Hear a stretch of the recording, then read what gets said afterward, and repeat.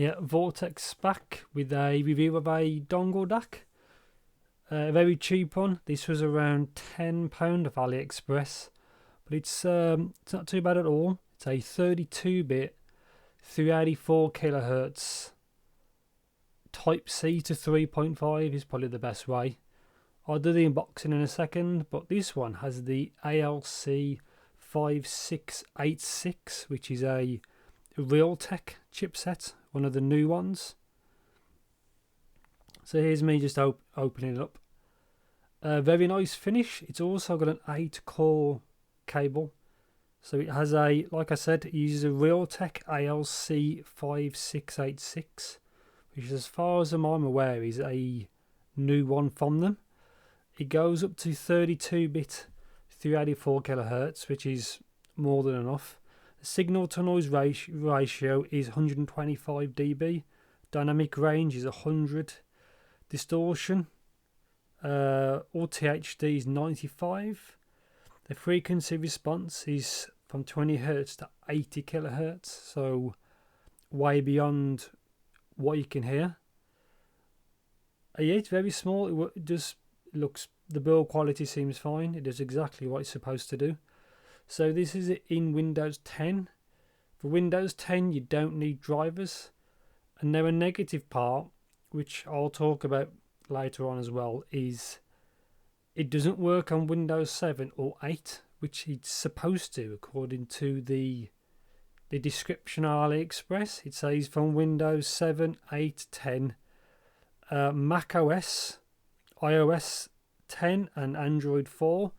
This does work perfectly on my phone, which is a Redmi Note 4 with Android 7 with OTG adapter, but that's how it works in Windows 10. It works perfectly fine.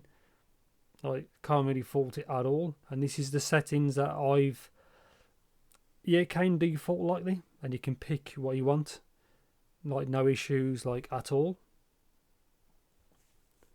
So here it is.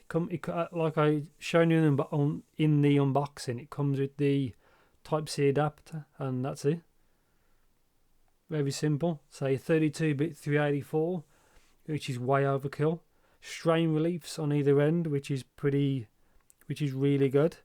But like I said, negatives, which I might as well get out of the way now, is no Windows 7 or 8 support, like it said it should do.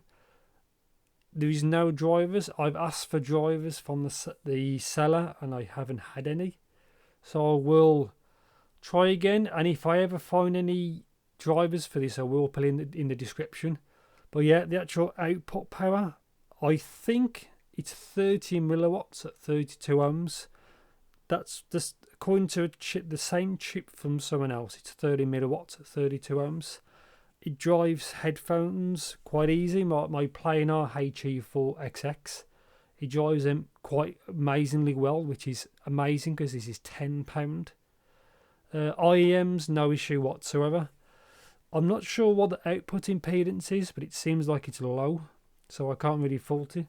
So the OTG adapter is how I've used mine, and then it works fine on my phone. Sound quality seems fine. It doesn't seem like it's coloured or anything like that.